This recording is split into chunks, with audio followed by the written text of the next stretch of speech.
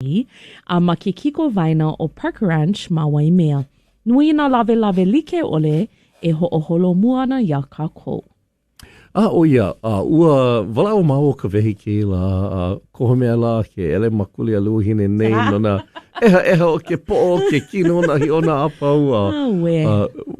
No o na mau no na ano mai ka polola wahi ki ano ka ai ana ka hana nui nui na mea e pakele ai ki ola pono o kako. No leila, ho o maka mau e no o mahia ke kahi wahi pili i ke ola ua no koke ia hauola ai ia malahaina.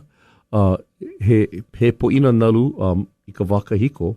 Ma leila kahi e noho ai ka pohaku o hauola i ke maula. Lohi nui ia mahopi o ke ahi nui ma lahaina. He wahi e ho'olana lana nui ai ka manao ma hauola o iai. Ma ia wahi, he pohaku ia ma kapakai, ke kahi hapo ka wā ano hapa uhi ia e ke kai ma ke kai nui. Ka po e o mai popili kia ma ke kai ano, o kolako hana, o iho i ka noho ana ma ke pohaku, kohu noho no kona kinona. Ai, hoi. A leila lewa na wāwai mina lima i loko ke kai ke piha na ale, na nalu holoi ia lako. No ke kahi mau kanaka o lelo ia he wahi no ka hana o keiki ke kahi. Ai, ma kanana ana ke kahi, o hapai pu ia he pohaku piko. Ano leila, ano o puana o iai he hilo kaua. No o puana aia ke kahi o ia ano pohaku maanei o mokuola ia. Ano leila, he hoi no lohe pūvau ma ka ohana, aia ke kahi pohaku kui ka wā i kaupo. No leila ma moku lau hoi. No leila he nani ka keia ano wahi a he pohaku e ho'ola ana i ke kanaka. O ia no. Nani no o hauola. Ko kako pana aina o ke pule. Me ka mahalo palena ole i ko Hawaii First Federal Credit Union i ke kako o ana mai. E ho'o mawaku kako eia mai o ho'o P.E. Brothers me ke mele o ku'ulei hoku.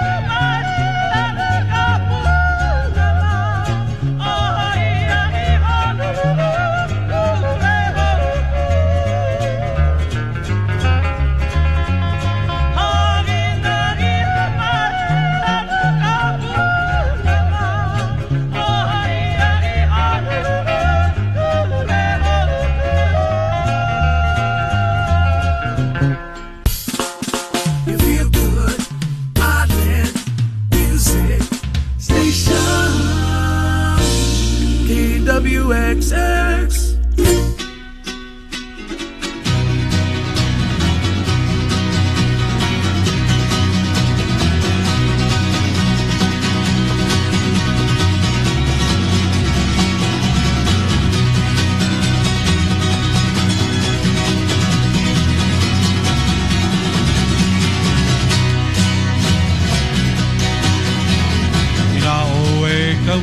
I ke ka aji, he Lohi ke ale hele ai ka huli huli mana pinai na hona pia po haku alo ana I pani me na e koa Ia oe kauana I ke ka aji Lo ke ale hele ai ka huli huli mana pinai na hona pia po haku alo ana I pani me na e koa Vai na bibi olo I ka ie Ela maho ni ai kai vai ka puna Ama ila pauna me kone ie Ie a pui ke ana o pui una Koe o a pui na le me ke ka aji Au o di ka le na me na maka maka Au a pui ka lae me kaulana Ani ia mala he mo vai ka mahao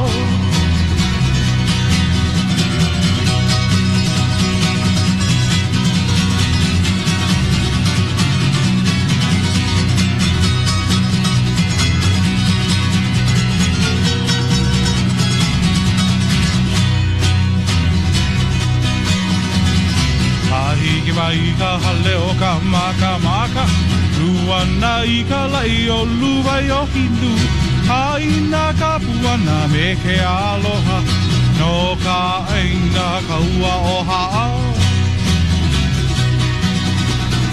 Ahi ki mai ka leo ka maka maka Luana I ka lai o luwai o hindu Haina ka puana me ke aloha No ka aina ka ua o haa No ka aina ka ua o haa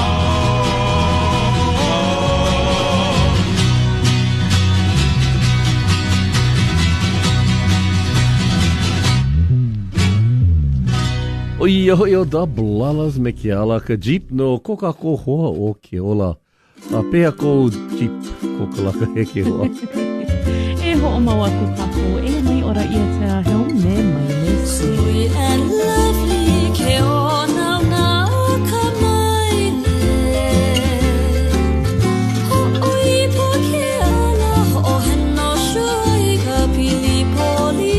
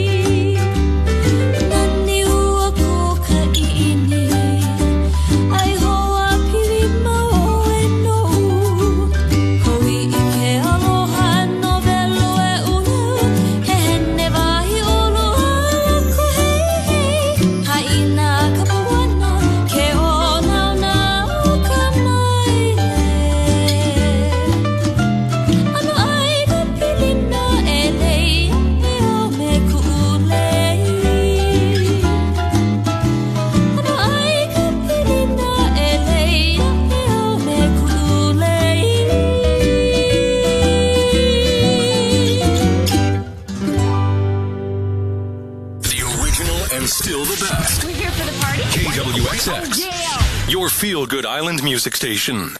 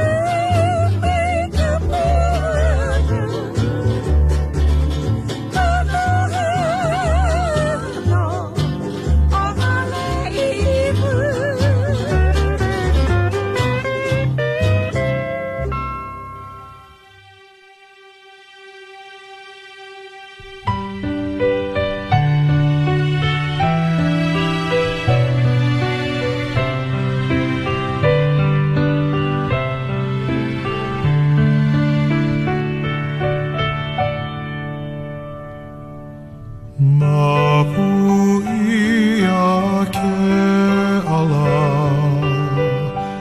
o ka pikake I ka ahe ahe a ka makani a ko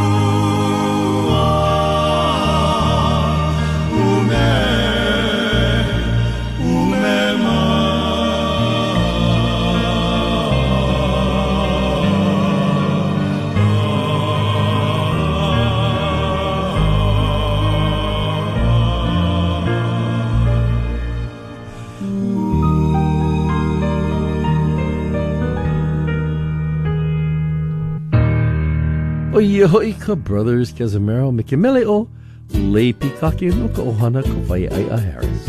Ea mai o Russell Maunga me ke mele o le ai.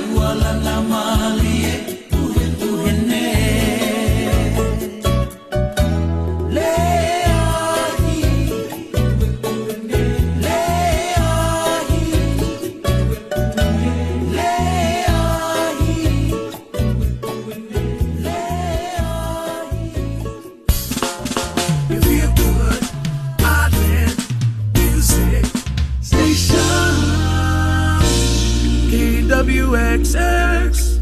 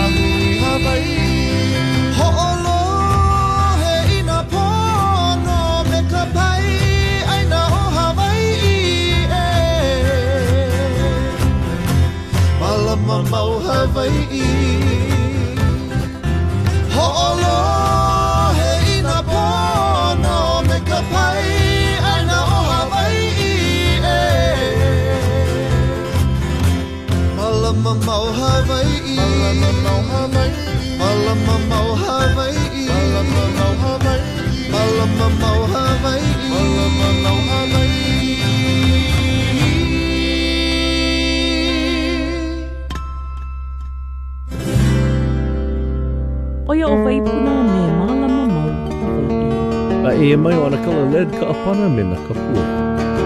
A kapua o ka ike aloha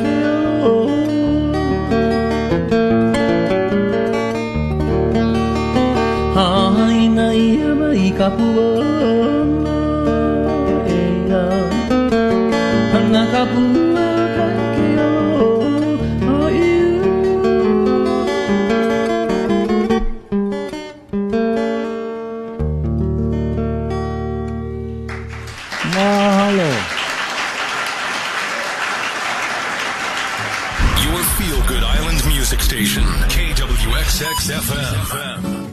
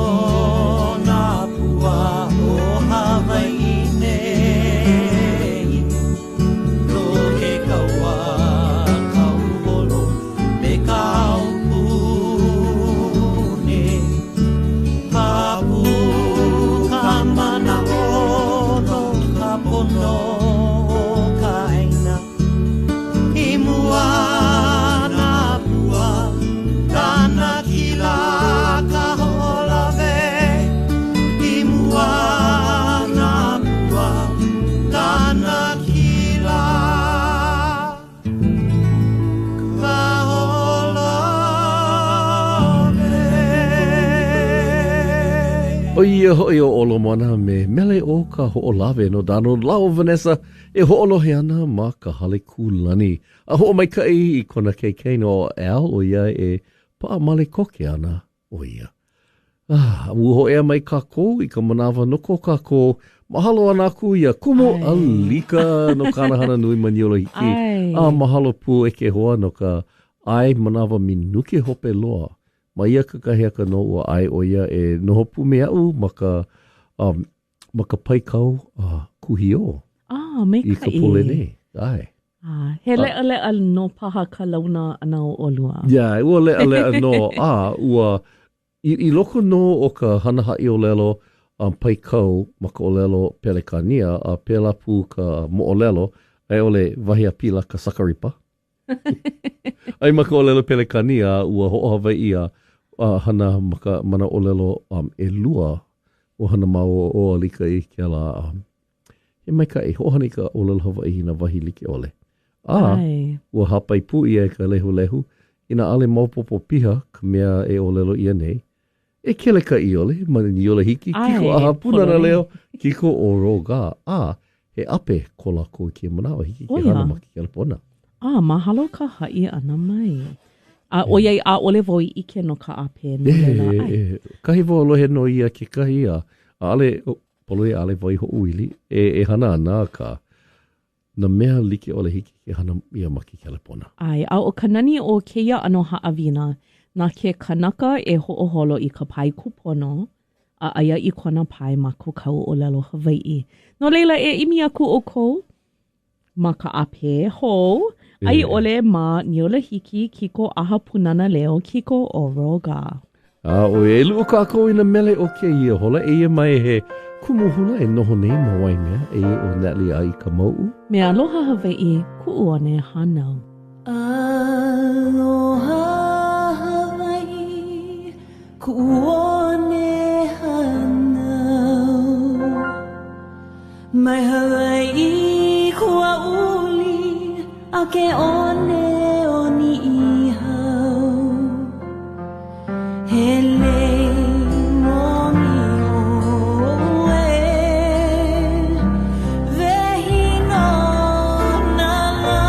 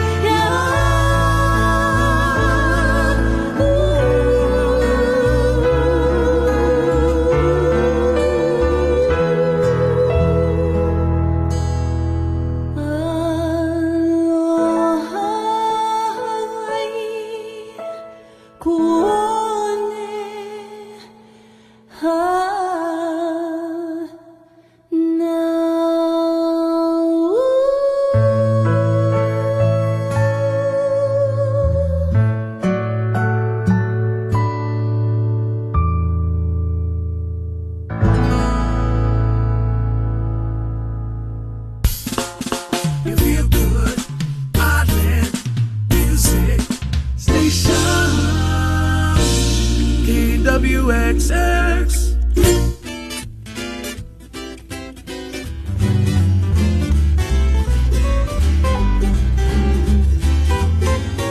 Kalana mai nei o hilo ea, ka ua ka ni lehua ea, ka waho o pulu ili ea, ka ili o ka malihini ea.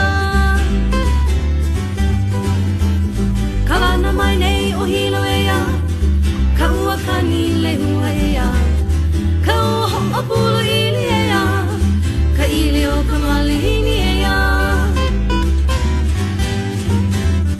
Nani vale ho ika ike na ea, ka nani o aia ke ea, ka vai o lana ea, ma lama Hawaii ea. Nani vale ho ika ike na ea, ka nani o aia ke ea, ka vai o lana ea, ma lama Hawaii ea.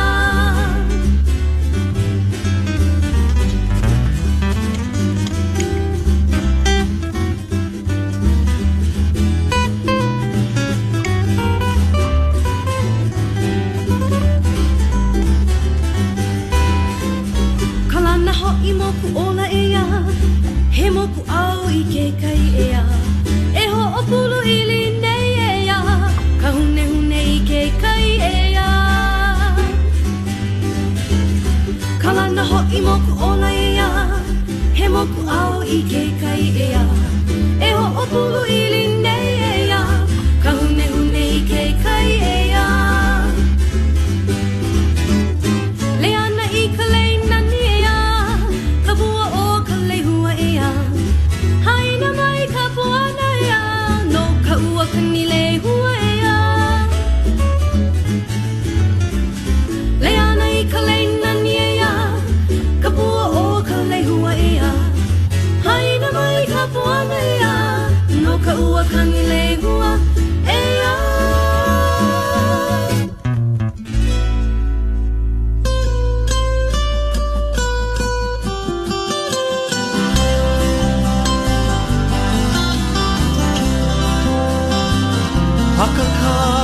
Hakakaulana puni ke aula, ke kaua veli mai ulopa.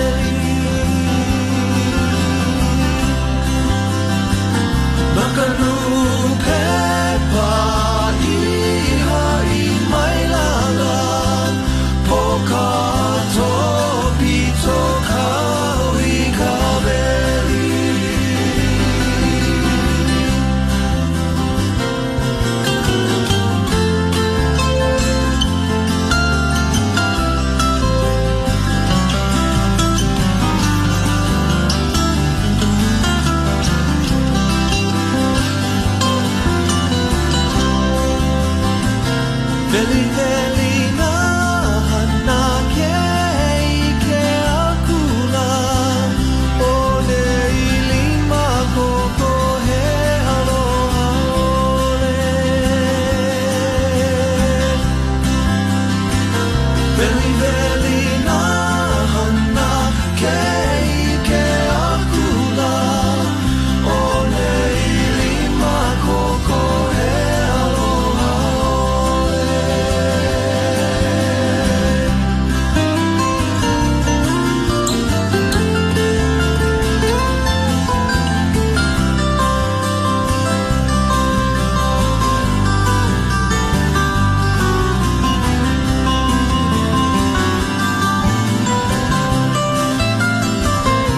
Haina ia mai ana ka puanala ke kaua veli veli mai uloka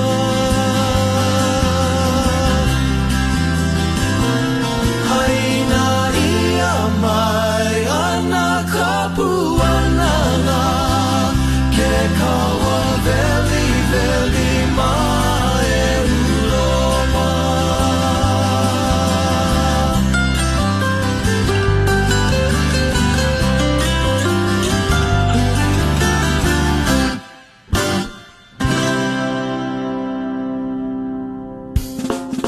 Your feel-good island music station, KWXX Hilo, KAOY, Keala Kekua. You feel good, island music station.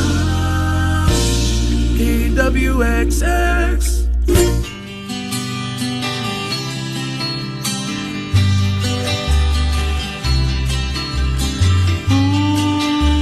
Ua kalaunu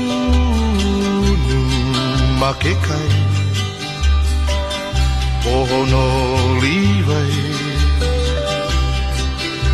Wahine ilikea I ka poli o moloka no ka heke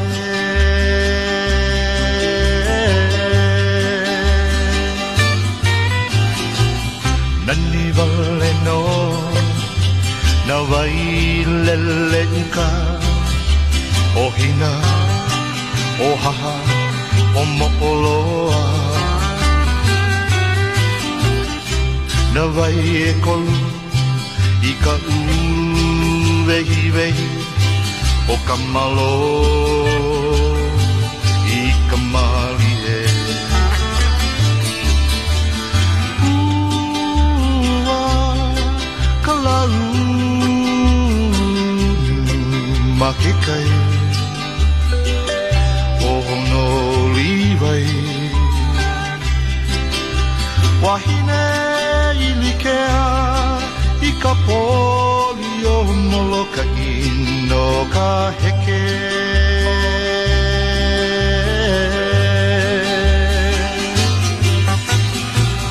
Nani wale no ka aina halawa O me ho'okipa a ka malihini Aina uluwehi I ka noe ahi ahi Ua lawe mai e ka makani o olua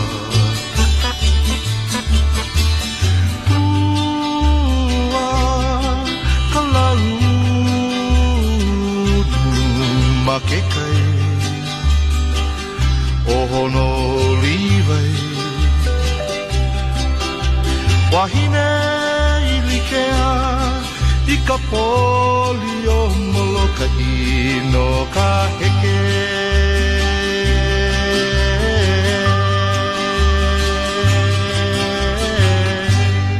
Oia o Sansafawa I me ke mele o wahine ilikea e wehe ana I kia hola e lua o alana I kaihikina wa kani maila ka hola e lima. Oia, holo wiki wiki nei no ka manawa. Maalani ka hikina nei, maki makahiki ke holo wiki wiki holo nei le. no. Holo, malia he pili I ka pii o na makahiki a levo I ke kanana I ka umau keiki a ka I ka nanani ka u muli loa. Hoi, pihana iaia I loko helu hope o ia. Ewa la e mama. Pihana iai, umi kumakahi makahiki. Kohu mea la kaia hanau ia. Holo kamanawa. Holo mali no a ke kahi mea I paaloa ma ke holo kamanawa. O I hoi ko kako hoa kako o Hawaii First Federal Credit Union. Mahalo I ke kako o mau ana ia alana I kaihikina.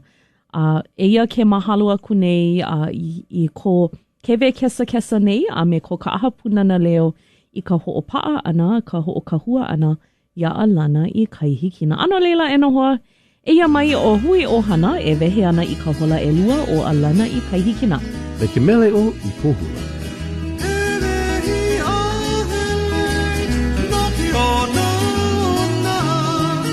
Ke aloha pili pa'a, pili mo'ole. Herehi a helei, no ke o nana. No ke aloha pili pa'a, pili mo'ole. Ka ua I ka nani o ko olau I ka wehi a ka ua mo ai hale Ka ua I ka nani o ke ko olau I ka wehi a ka ua mo ai hale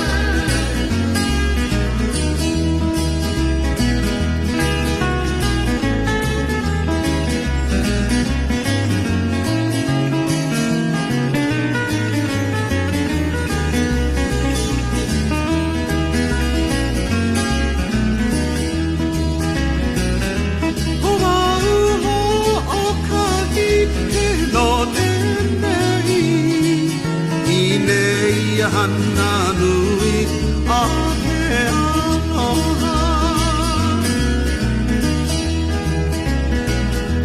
Uau ho o kaki ke no nenei I nei hana nui a ke aloha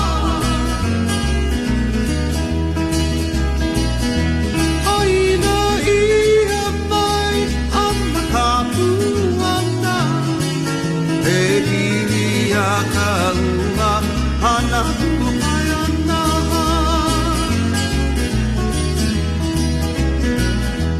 Aina ia mai ana ka puana E hiri a ka ua hana kukai ana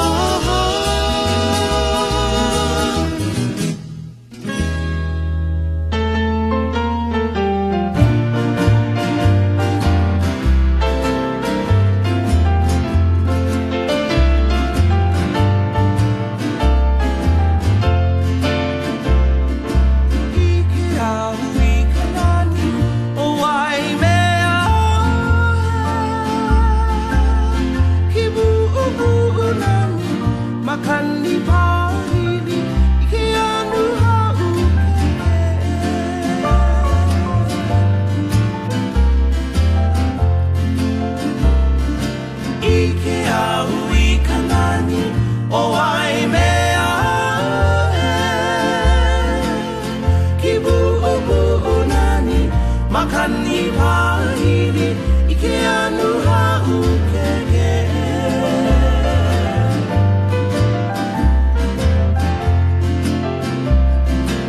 Ika poli o ka ua e honi honi ala Ka kahi a ka he muani ke ana Ke awa puhi hoi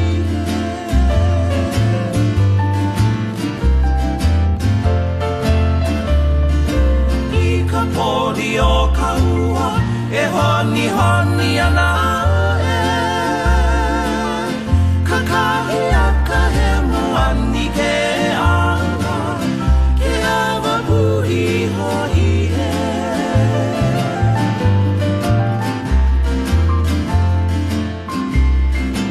Ua uhi pa oi me ka pohina e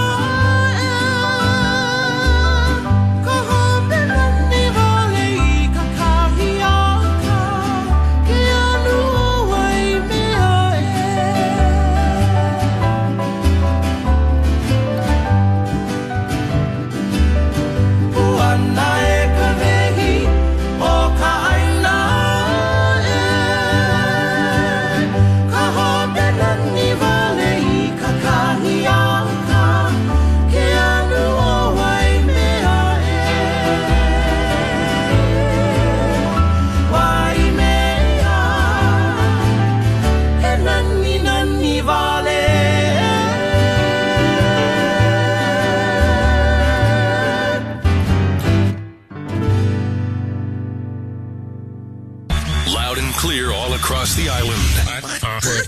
KWXX.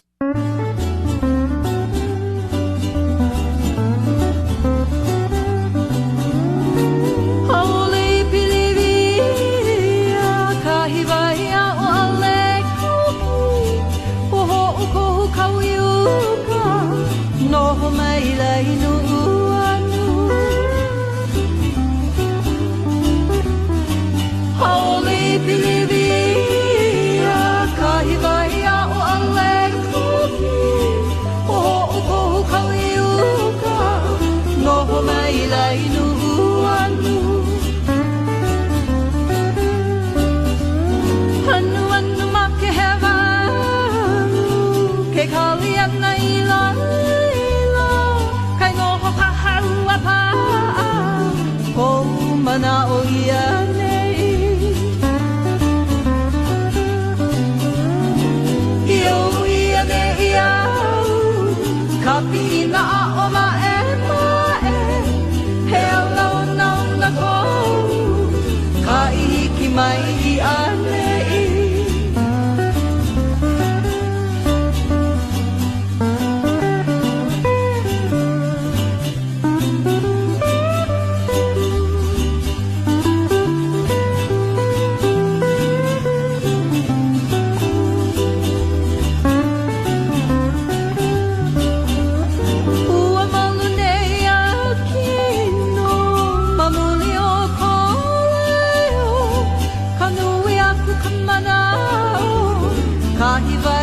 o ka pena Hania pa ai mai na mana mai o ka waluna e noa mana lunili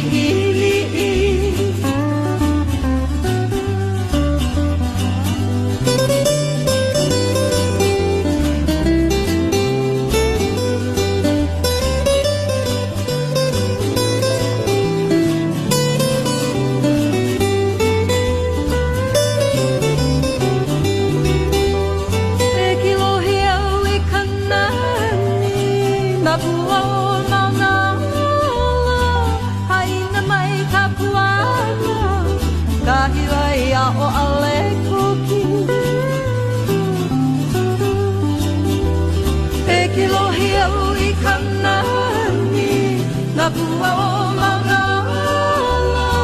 haina mai kapuana kahiwai o ale koki Oi ana ke Darlina huna no hilo me ke mele o ale koki E ho'o maua ku kako e mai o Lina Machado.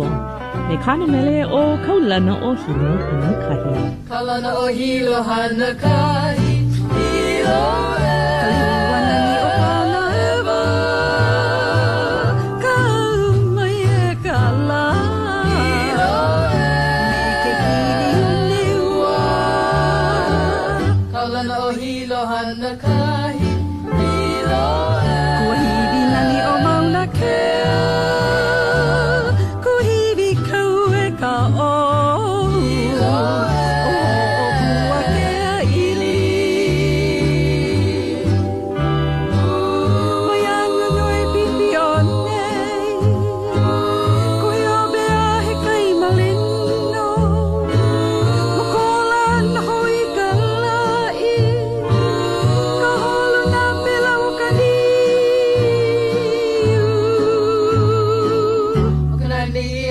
ni ia ilo e aina hana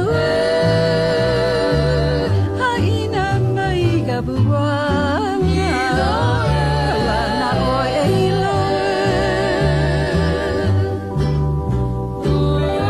yana nui pipi one kuyo bea he kai malino makola na hoi kalai ka holo na pela wakani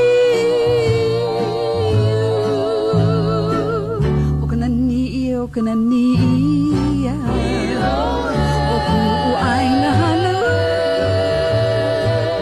haina mai ka buala kaulana o eilo kaulana o e hilo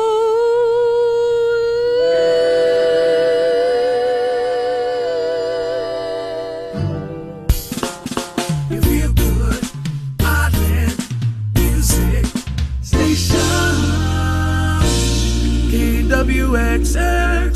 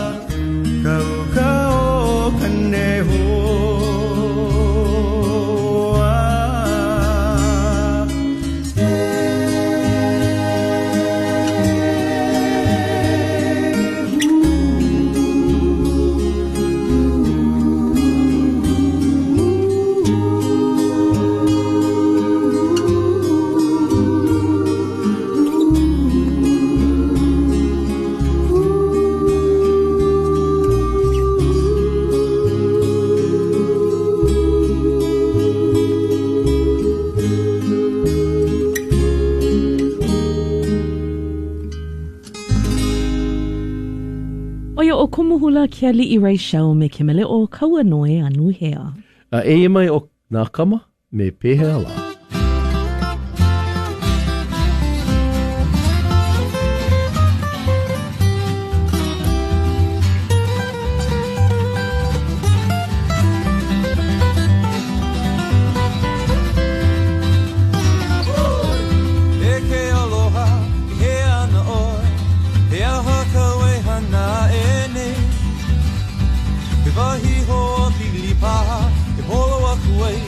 So pehea o mine Ua ikea nei Ua ikinoa Ei a pokule ana nei He aloha koe nei Makai I moa nei So pehea la o mine He aloha no He aloha no Aloha no Aloha no My darling ku'upu'uvai Your eyes come out Palu Palu, hypnotized and I'm coming on. So darling, pehea, hey aloha no, hey aloha no, aloha no, aloha no.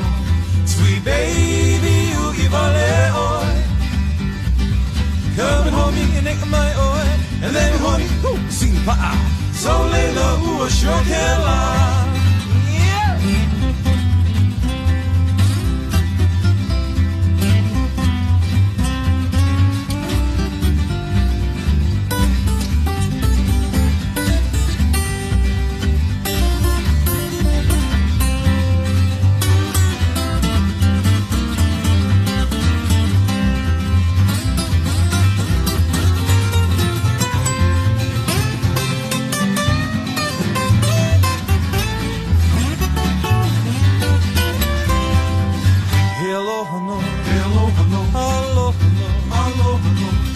My darling ku'upu'uvai Your eyes come up Palu Palu Hypnotized and I'm coming on So darling, pehea la Hey aloha no Hey aloha no Aloha no Aloha no Sweet baby, you ibale oi Come hold me in my oi And let me hold you sing the pa'a So Layla, ooh, sure kela That's a how So Layla, ooh, sure kela Said the piano So baby, pehea la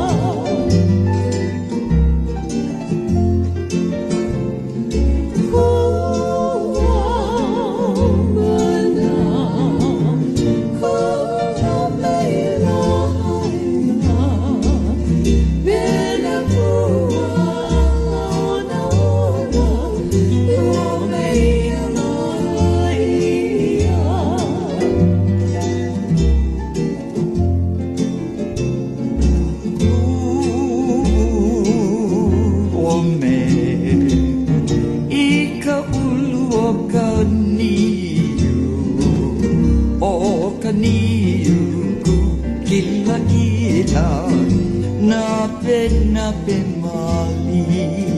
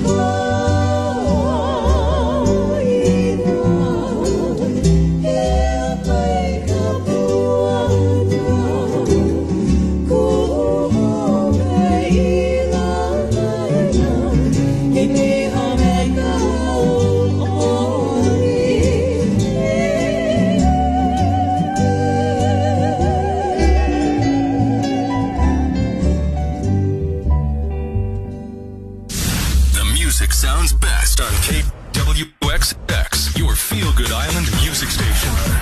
1, 2.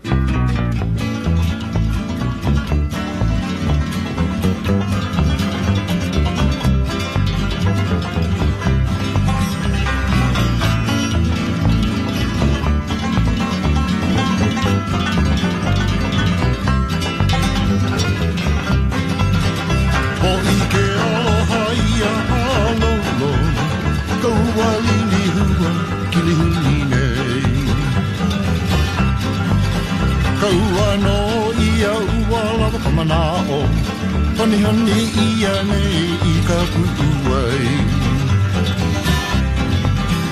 Kania kaleo ke kolo hala, kulu kukuli, honey, honey, ne. Mehanga ta Hawaii ke aloha, kapili o ke anu o ke kuwahi. Wala waka uai ke aloha, kone iho ne iho I ka puuai.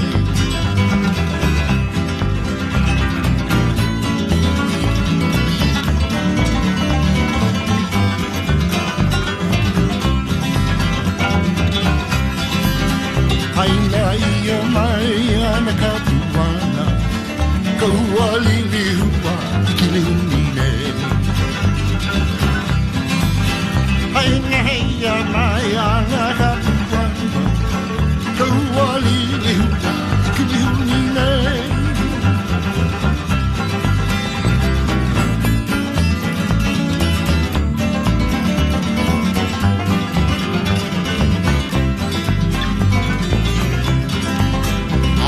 I'll say, that's my heart.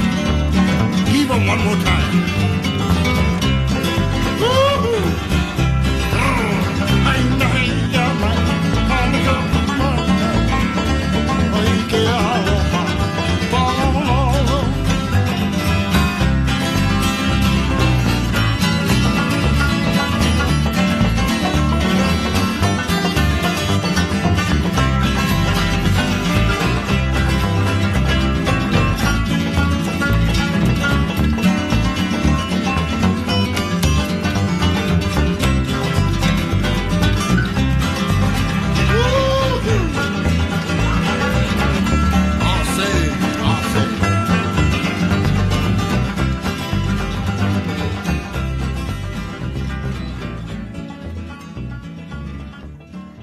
Oi o ana kala Gabby Pops pahinui me ke mele o palolo. Eia mai o Mahi Beamer me pu'u va'a.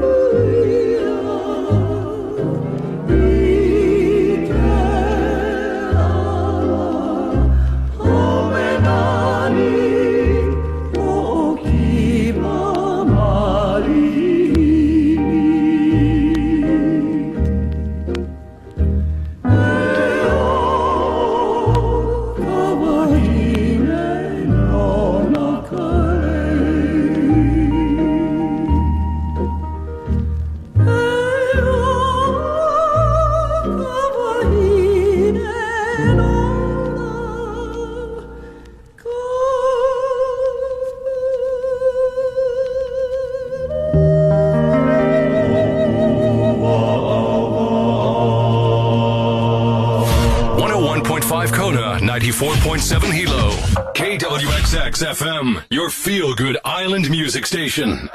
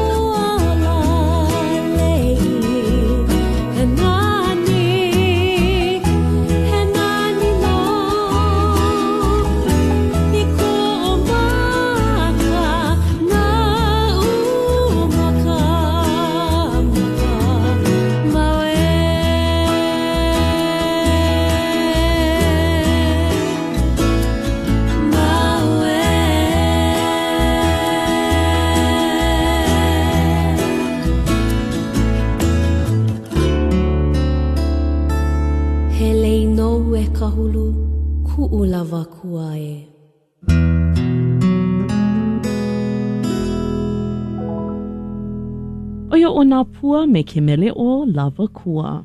Ua lava kua no. E ia mai ka Peter Moon Band me ufa o.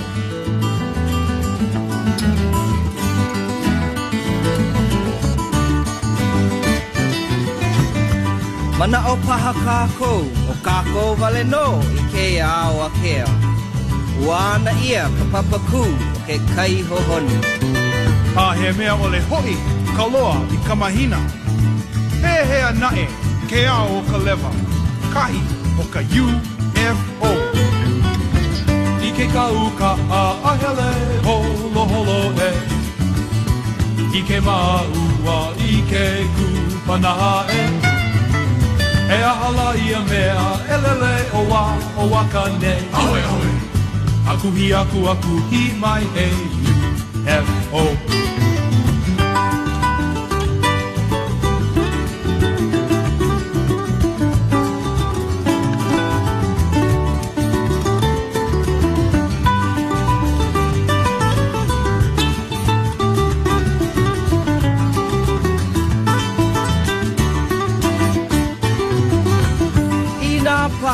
Ua mana o mai oi, he pūlapu wale keia. He ni nau ka poe I ike, a mena kilo o ku. He hea, ua polole I keia mea o ka UFO. A he pane mai no, pela hoi, he UFO. Ka lewa mai I lala ka pakahi e. E he moku kala ala ki ka hai ka lani. Kau pono la I luna a kaua e a he mai. Awe, awe. Bilibi ole a bilibi mai e UFO. Akuhi aku I mai e UFO. Bilibi ole a bilibi mai e UFO.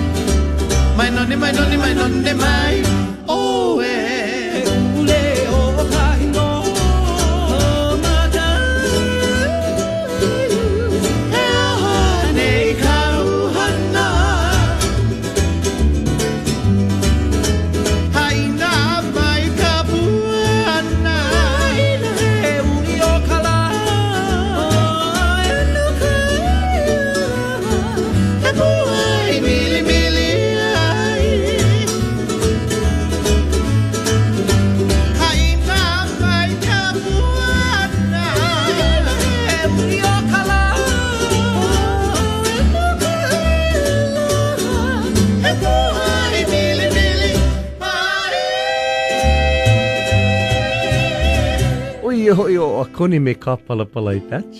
Me heiwi. Eia mai o kori pue o pata me ke mele o holei.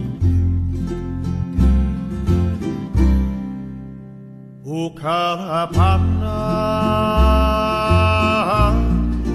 kaere o nui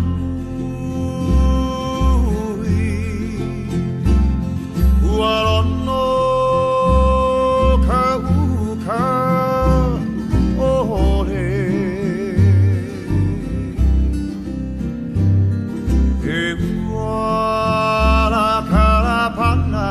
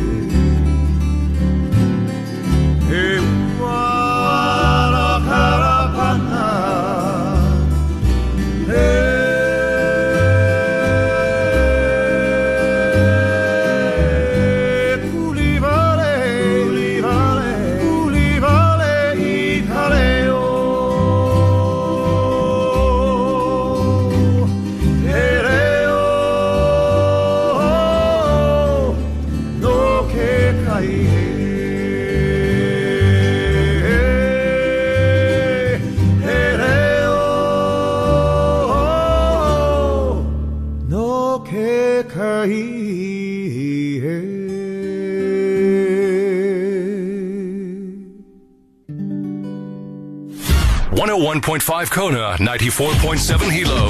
KWXX FM, your feel-good island music station.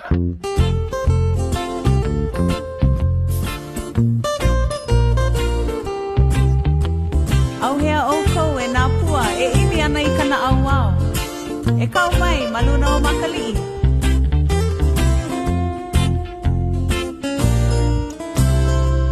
E holo puni ke kaila maluna o makalila malalo o na hokula ka hoku no au punila ea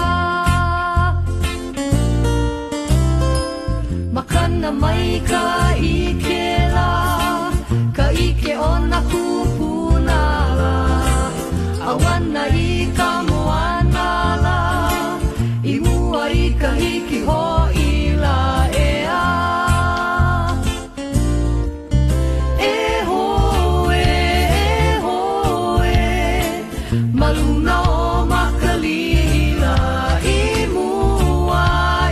mua a holo mua I ka hiki ho ila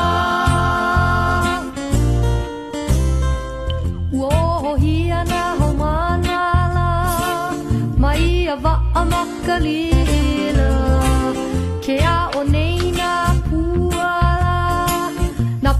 na ke a vela ea wa poho lua mana pe ala me ka ike no na kupala kaulana hoi o ela no puni ka pakipika la ea e hoe maluna o makalila imua aholo mua I kahiki o ila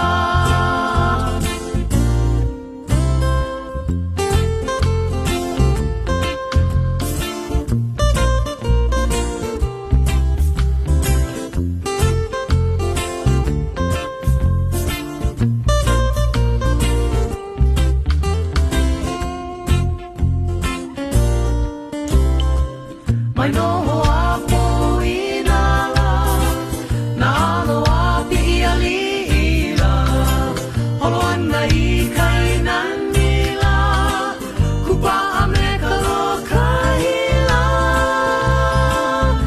e hoe manuna o makalila imua aholo mua I kahiki ho ila maluna o makalila ea maluna o makalila ea maluna o makalila ea O ia hoi o lehia me maka li au ho e mai kako. I ka manawa no ko kako pomahino ke ia hiahi. Kako i e ko kako mauho aloha ma Hawaii First Federal Credit Union. E hele kipe a mele mena ho ea e o leila ma ko lako mau ke ena e lua. Mana kiko vaina haleku ai o Park Ranch ma Waimea a o hilo ma hilo. O kia ka pō o ole kulua ma ka ke ana hulu o ho'onui ma ka malama o velo. A o kia ka pō ole e lua o kia ana hulua I ke kako e I ke hoana I nā pō ole ma ke ana hulu hope. A ke lohe kako ia ole a ano laha ka mana o ole a ole e hana. A ole pela ka mana o. A ole paha e kanu, a ole paha e holo kai. Nui ho aku na e nā hana e ho'omako kauai. Ka waile nā hele o ia ka ue I ka ukane. Pone o ki hoi ka mau ho'omako kau. No ka mea I e hiki mai ana ka wā kanu I loko o ke kahi maupō. O ia, he wā ho'omako kau mai kai o nā ole. No leila o ole kulua ma ke ana hulu o ho'onui ma ka malama o velo. O ia hoi ko kako pomahina kako I e ko kako mauho ma Hawaii First Federal Credit Union. E ho'omau kako ia mai he mele no kahi niki hala. E mai o Darren Benitez. Me nā nea holo malie. Ke kai hauni me ka malie e ho'o hau honi no maho I ke kai ko o la e ala e ia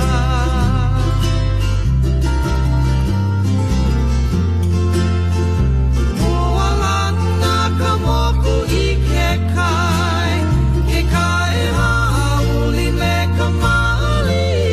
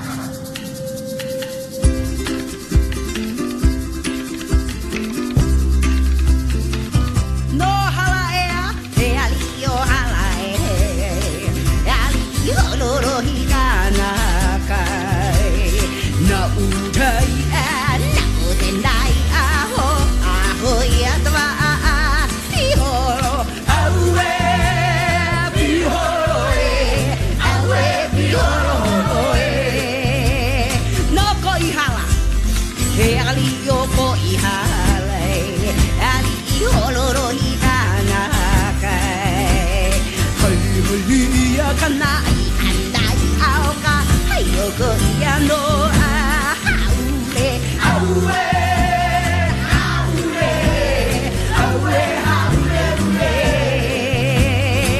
No kohai kalani He ali o kohai kalani Ali i oloro hikana kai Papa hei eu matau lai kalani Tau hia make po Ha? Ha? Aue Palahae Aue Palahae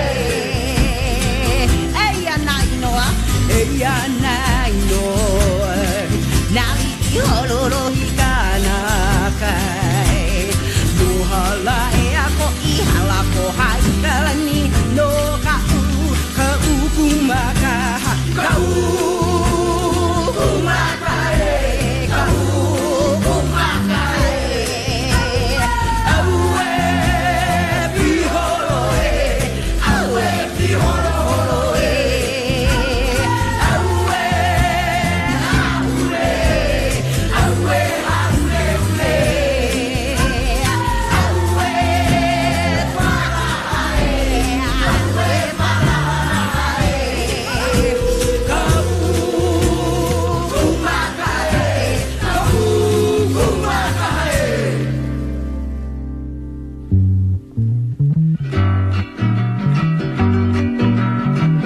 Lai ahi, ue uhene kai mana hila.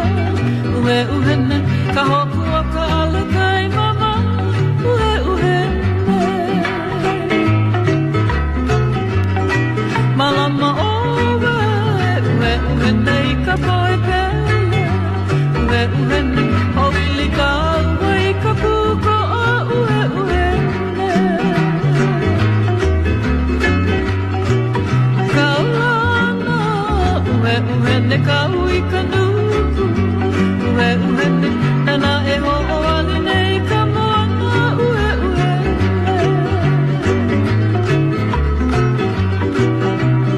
Ua ana ia, ue uhene na huelu. Ue uhene, a e pili aku e ka ua mo. Ue uhene.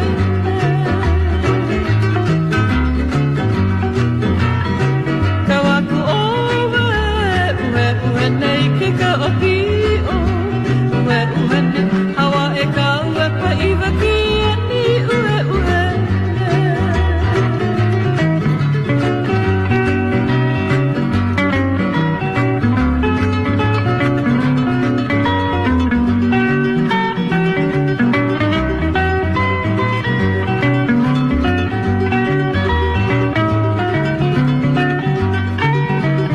Hoki pau owe, ue uhene ka hiki anoma.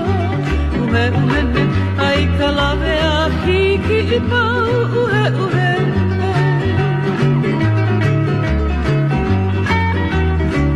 A ina, ue uhene mai ka kuena. Ue uhene, goodbye ke aloha pukako. Ue uhene.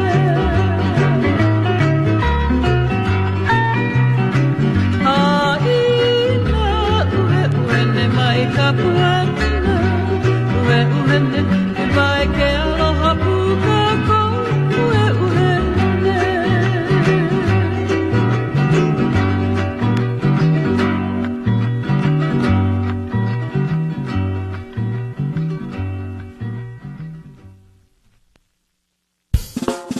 Your feel-good island music station. KWXX Hilo. KAOY. Keala Kekua. You feel good, island music station.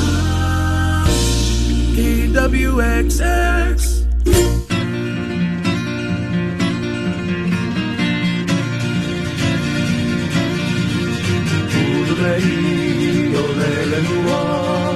Lele hua, oh lele hua, lele hua, oh lele hua, oh na lei le uri e. He wahi leo le hua koi no la hano hana vale oe Hawaii la. Iki ko holo wana me ka o hi o laki ko. Tui ko i koe au he vale oi te wahini hololeo puana ni a o maila. Aloha I ka Hawaiian cowboy. Ululei, o Rosalani, Rosalani, oh Rosalani, Rosalani, oh Rosalani, ona lei leuie. E wahine o Rosalani ko e o halati la kila vale o e o mauna. Riki ko holo wana meka o I o laki tono. Au he vale o e ka wahine holo leo ua nia o mauna. Aloha I ka Hawaiian cowboy.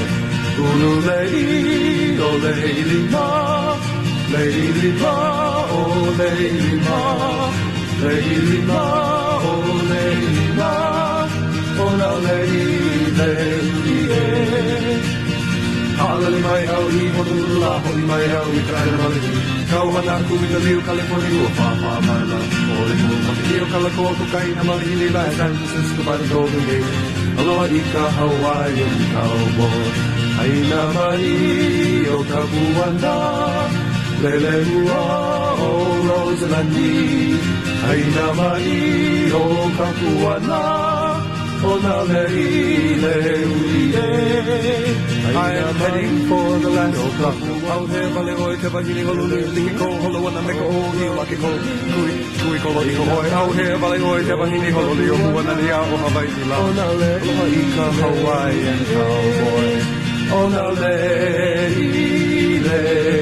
uie. Wiha, oie no, o John Lowe o Randy me na kaupoi Hawaii. O kani mai la ka hole e ona e ka kōma ka hole hope o alana I kai hikina nei. O wau keia o ka wehi. O wau keia o kai mana. Mahalo ka noho puana me maua ma keia la pule, a noho pu me maua ma na la pule a pau. Mai ka hole e ha ai ka hole e hiku no ka mo mele o lela Hawaii puna hele. Eia ke mahalo aku nei ia Hawaii First Federal Credit Union I ke kako o mau ana ia alana I kai hikina. A pe po ka mahalo nei ko kako mau hoa ho o ka hua o iho I ka hapuna na leo a me ke ve kesa nei. E luu koke kako I na mele nani no o ke hola me ola a piti.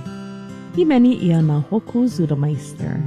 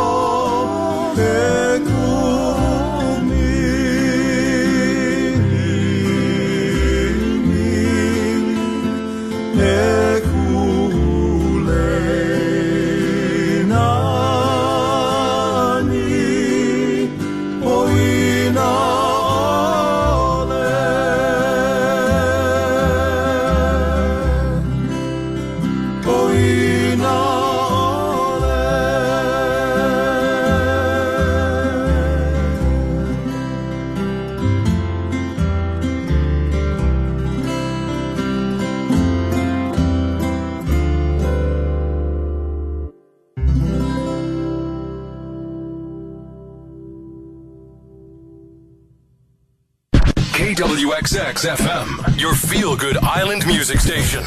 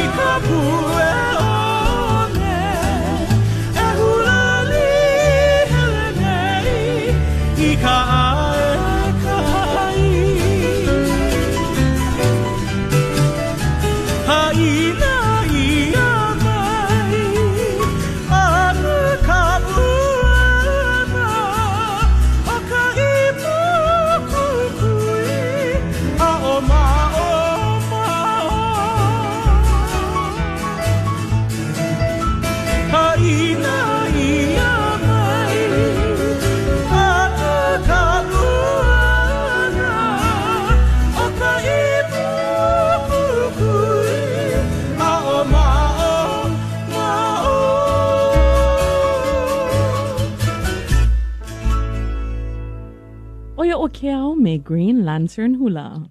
E hoa mau ku kako e ia mai o kahu Dennis Kamakahi me Wahone.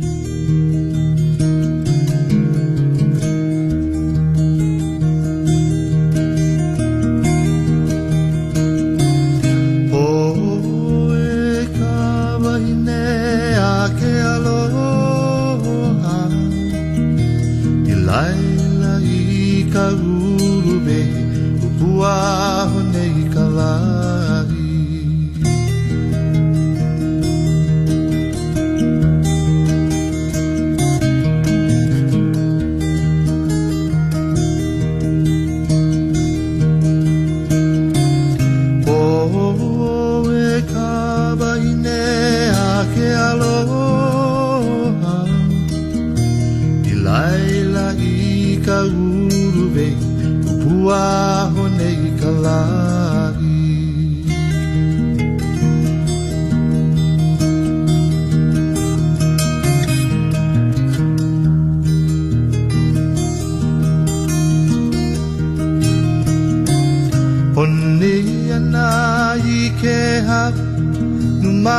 Numakiki Wau ko aloha No e kuahiri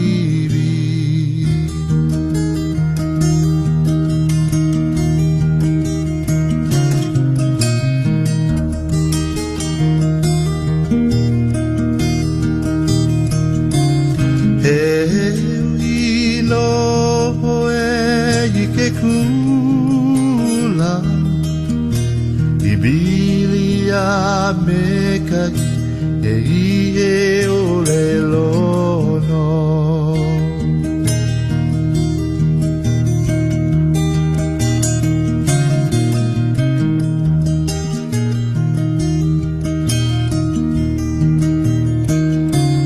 Aina mai ana kapuana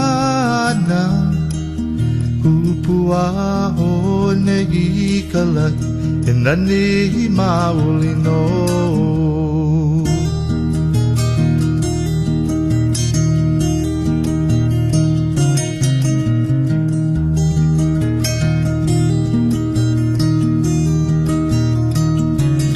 Aina mai ana kapuana Kupua hone I kalai E nani maulino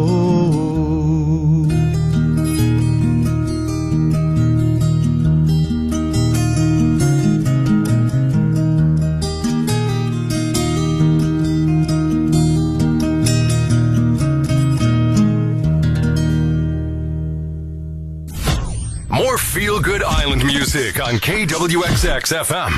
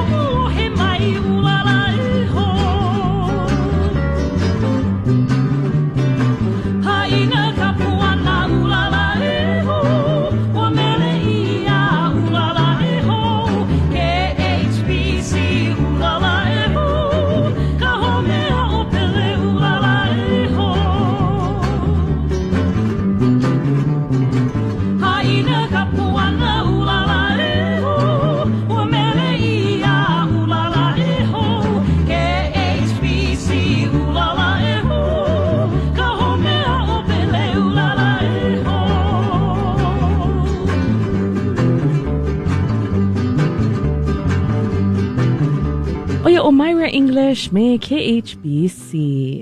Ka homea o pele. Oia ke kahi mea. I ke ahu wale ia ke ia maula. Ka nui ana e o ka polela wahi. I ke ia ma ka nana ana. A ka he ano mahalo wau I ke ia mele. No ka mea e komo ana I ka hua o lelo hou o ke ia pule. A he pili I ka mea ai he mauhua o lelo hou. A he pili I na mea e ike ia nei ka nui ana e o ka polela wahi. A me ka hopena ma luna o ke kino I ke kahi manawa. Ka eha o ke po'o ho'i. Ka eha o ke po'o. Eha mau ke po'o. Ka hea ke ano o ka eha. He eha he aki ke ano he aki I ke kako he ano oi ka nahu ia he mea ano oi a ka a ale ola lo ihi loa. He ano I kaika oi ke ano o ka eha o ke po'o. A leila lo o ka nalulu. Nalulu koho mea la aia ke kahi e hoa one e ui I ke po'o. He mau ke la. Ale pokole e liki me ka aki. O le ka aki. He ano noho loa a ale I kaika loa aka I leila no ko mea la ke uine ke kahi ke po'o. A ole no pau ka eha. A leila ke eha loa, ke la ano eha mahope o ka maka I loko o ka lolo o ea ka na hoa.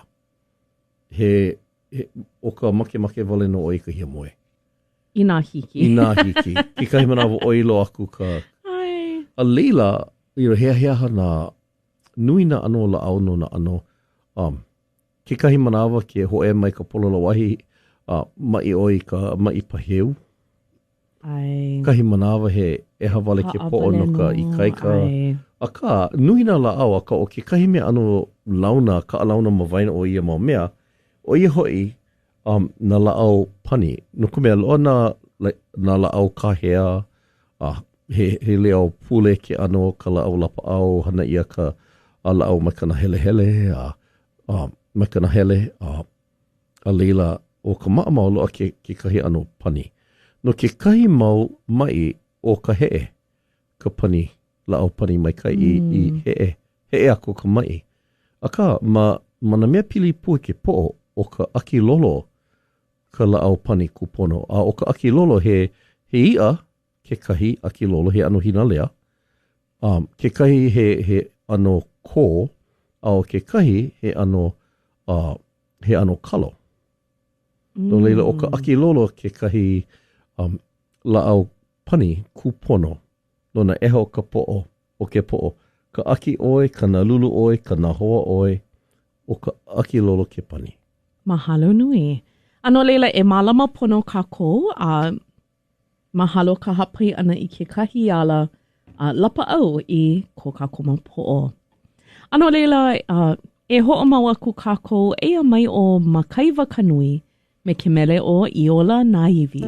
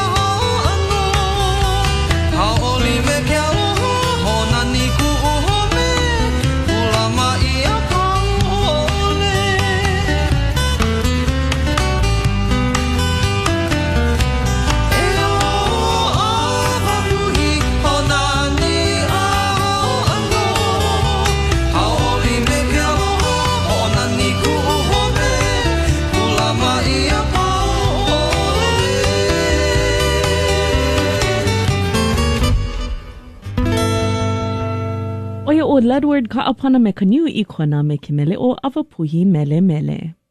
E mai ona ke Darlene Ahuna me ka Pilioha.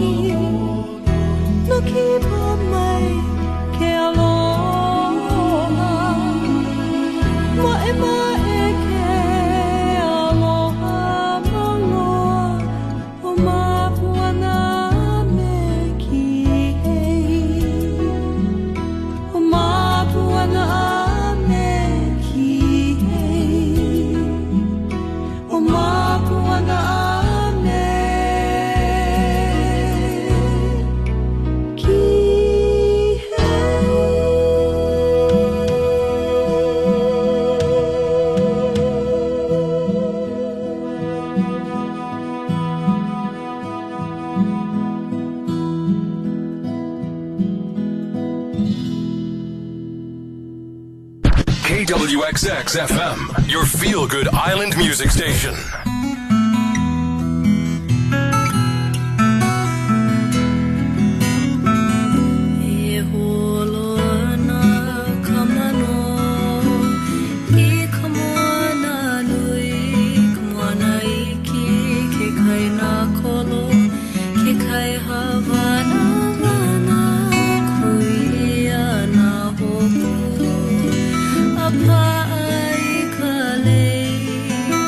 Pai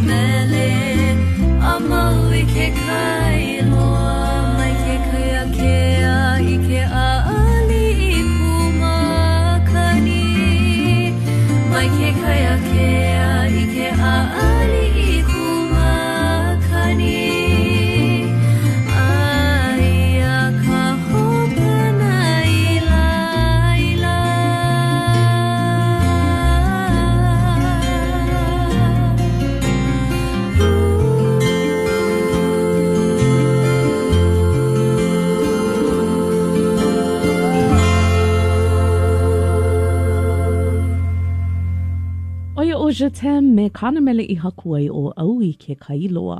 A e mai o ehu kai me keo ka haka nani o kuku.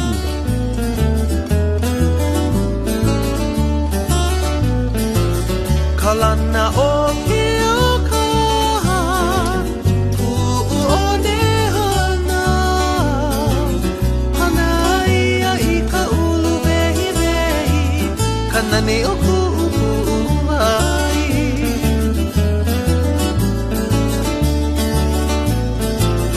Kalana o ke o kaha, ku'u o ne hana. Hana ia I ka ulu vehi vehi, kanane o ku'u ai.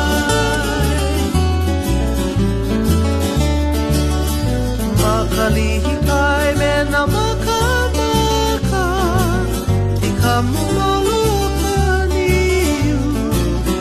Luana I ka pahe ahe olu, kanania o ku'u aina.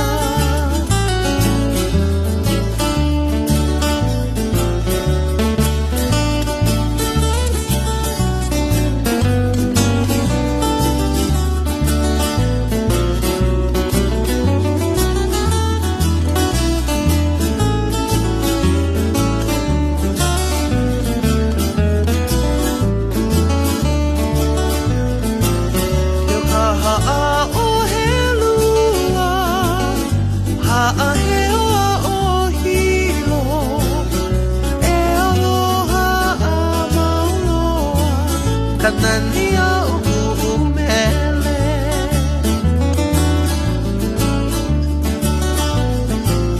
Yo ka ha'a o he lua, ha'a he oa o hilo.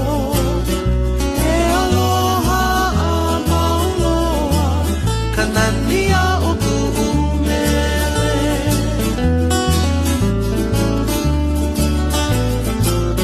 Haina mai ka puana, o ku'u o ne hana.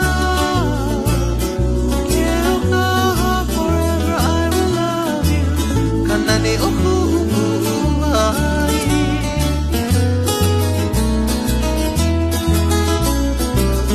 Haina mai ka puana, o ku'u o ne hana.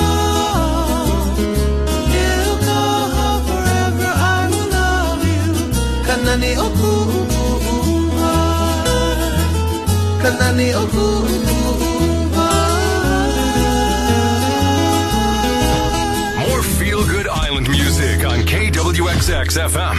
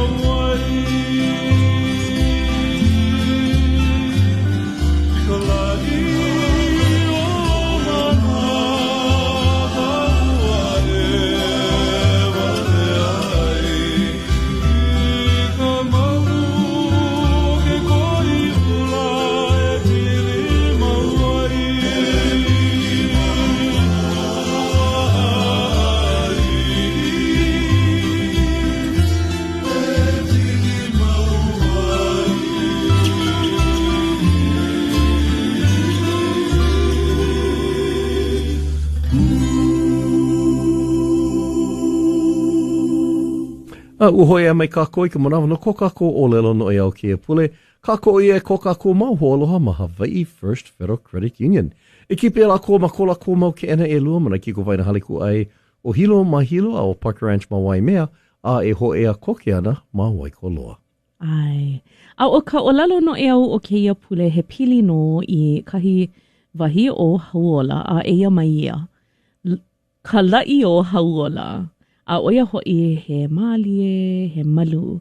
A he pili no I kahi pohaku I vehe ia a I nā I lohe o kou. Aia I lahaina o pohaku o hauola kona inoa. Ma leila I hana wai ka wahine a malama pu ia he pohaku piko ma ke kahi ano. A he pohaku he lapa au I ka poe ma I ke kahi. No leila ma ka no ani ka mana o ke ia o lalo no e au. Ma ka lapa au ia o ke kanaka ano malu mai ia, olu. Ano leila oia ka mana o ka lai o hauola. Hena ni no. O ia no kokako o lalo no e au ke puli kako ia kokako mauhoa ma Hawaii First Federal Credit Union. E ho mau kako ia mai he mele no na waa, na waa paua ke waku ka mea I piha He kana 5 makahiki ke makahiki nei, o ia no o hoku lea. Eia Hawaii, he moku he kanaka Hawaii he ka manatahi, he puali I mai ka pa'au, mai moa ula nui a kea kananoa. E o Hawaii.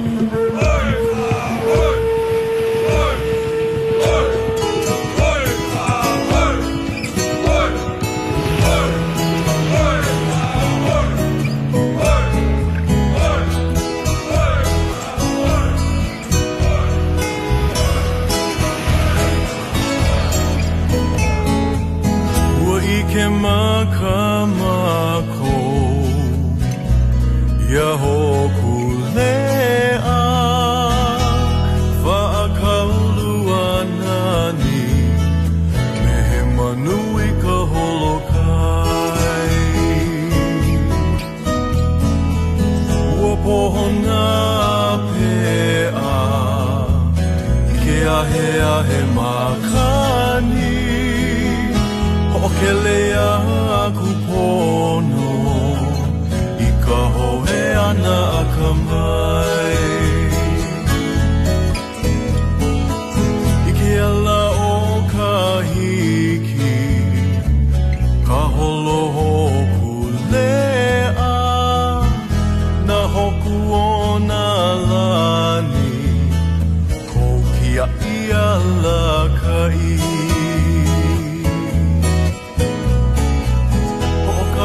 no kiai nana no e malama maloku no kona mana na holokai Hawaii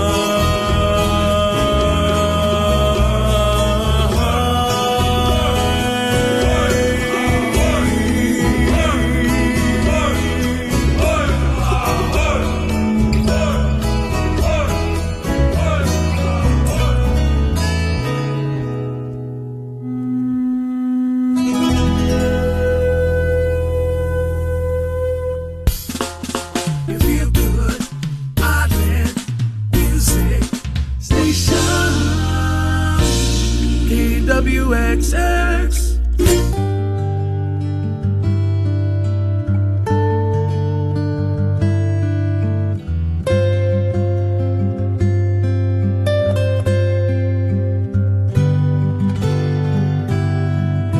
He manao no ka pua he pua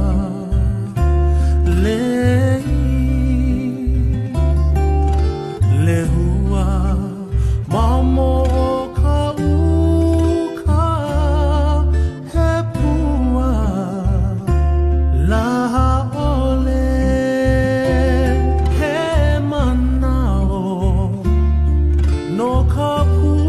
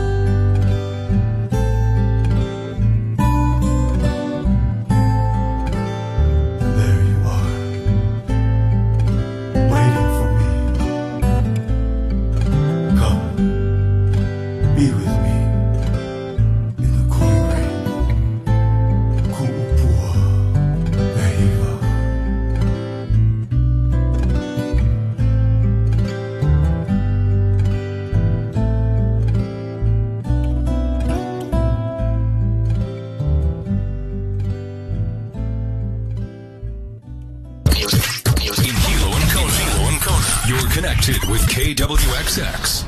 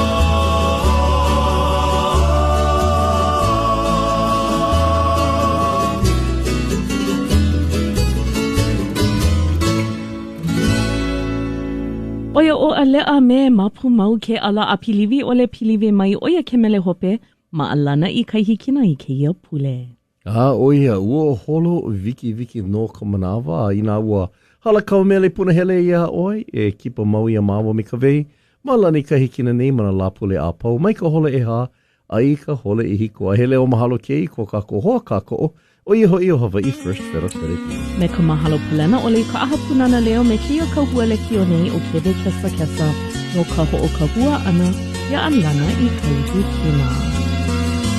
Oia e na hoa hiki ke pule ae. Hui ho.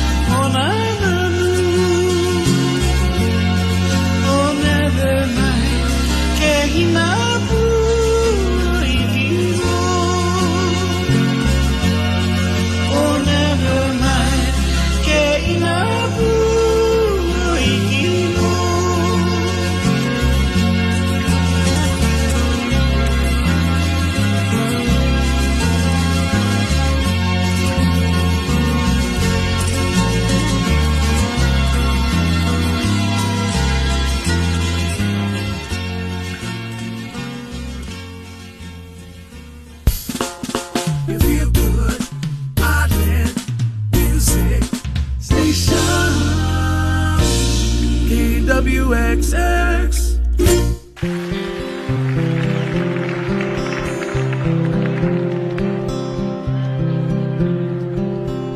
Kaulanana pua Hawaii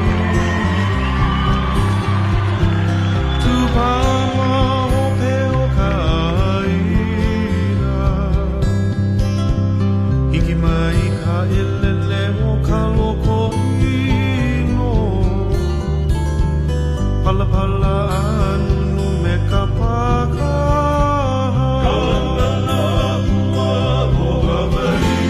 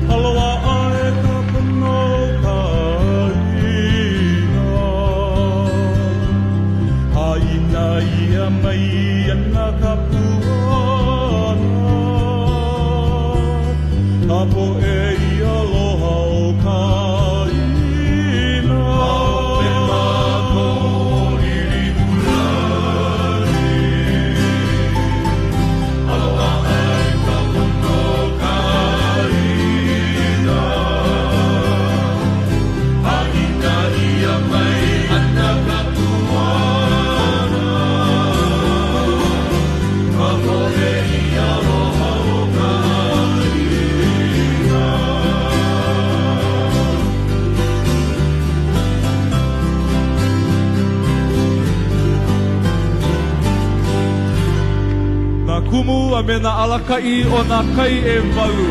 Hula lives in Hawaii. Yeehaw!